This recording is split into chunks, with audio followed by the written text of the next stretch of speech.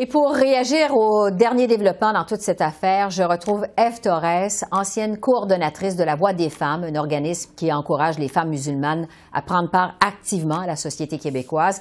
Bonsoir, Madame Torres. Bonsoir.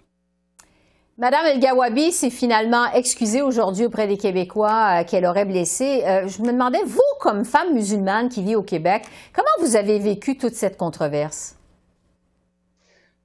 Bien écoutez, étant donné le contexte et la période entourant toutes ces réactions, j'avoue que ça a été un espèce de clash, pour utiliser ce terme-là, qui n'était peut-être pas surprenant. Bon, déjà, on était autour, vous le savez, de la commémoration de l'attentat de la mosquée de Québec, le 29 janvier, journée d'action contre l'islamophobie. Tout arrive à ce moment-là. C'était malheureux et un peu sans surprise, puisqu'on l'avait déjà vu lors d'une nomination. Je pensais notamment à la nomination de Madame Manaï à la ville de Montréal comme commissaire à la lutte contre le racisme. Donc, je trouvais que les réactions étaient extrêmement vives à l'endroit, de Madame El Rawabi qui ne s'était pas encore exprimée à ce moment-là, de toute façon. Malgré ces excuses aujourd'hui, est-ce que vous croyez que c'est la bonne personne pour bâtir des ponts entre les communautés? Je pense que c'est une bonne personne pour bâtir des ponts. Effectivement, j'ai connu Madame El Rawabi dans des circonstances aussi professionnelles. C'est une personne engagée, c'est une personne posée. Effectivement, les propos qui ont été ramenés, qui sont issus des médias sociaux, notamment de Twitter. On connaît l'espace Twitter et la violence, la véhémence qu'il peut engendrer également. Mais c'est une personne qui a quand même une bonne connaissance et des communautés musulmanes, mais également, du Canada. C'est quelqu'un qui milite pour les droits et pour la justice sociale depuis de nombreuses années.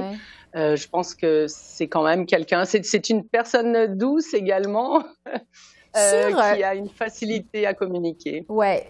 Sur le fond de l'affaire maintenant, est-ce que vous croyez, vous, que les Québécois semblent influencés par un sentiment anti-musulman, comme l'a écrit Mme El Gawabi en 2019? Qu'est-ce que vous en pensez? Bien, en fait, je pense que son observation n'est pas fausse de là où elle était, peut-être en regardant ça d'Ottawa notamment. Mais nous sommes plusieurs, à avoir eu ce sentiment-là. Et puis les sondages qu'elle avait mentionnés à ce moment-là faisaient ressortir ce sentiment anti-musulman. Et puis c'est ce qui revient souvent dans les propos aussi sur les réseaux sociaux. Les gens ne sont pas gênés de dire qu'ils ne sont pas à l'aise, avec l'islam de manière générale. Donc oui, pardon. Mais en fait, je me demandais, est-ce que vous voyez une différence entre le Québec et le reste du Canada dans la perception envers les musulmans?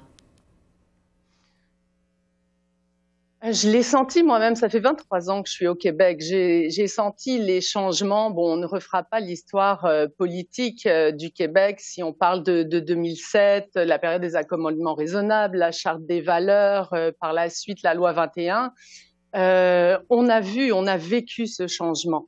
Et c'est sûr que la loi 21, prétextant, on va dire, la laïcité, ce que une bonne partie des personnes musulmanes ne contestent pas, ne remettent pas en question la laïcité. Ce qui est remis en question par rapport à ça, c'est la discrimination à l'emploi que subissent certaines populations en lien avec leur appartenance religieuse. Mais on l'a vu, et puis plusieurs études. J'ai travaillé également à la Commission des droits de la personne et de la jeunesse pour documenter les actes haineux en 2017 à travers la province. Et c'est quelque chose qui est ressorti concrètement dans les recherches. Avant justement l'attentat de la mosquée de Québec, il a été documenté une augmentation des actes islamophobes envers des personnes, mais aussi des lieux de culte. Donc, il y a eu une gradation en fait, dans cette espèce de clivage avec les communautés musulmanes.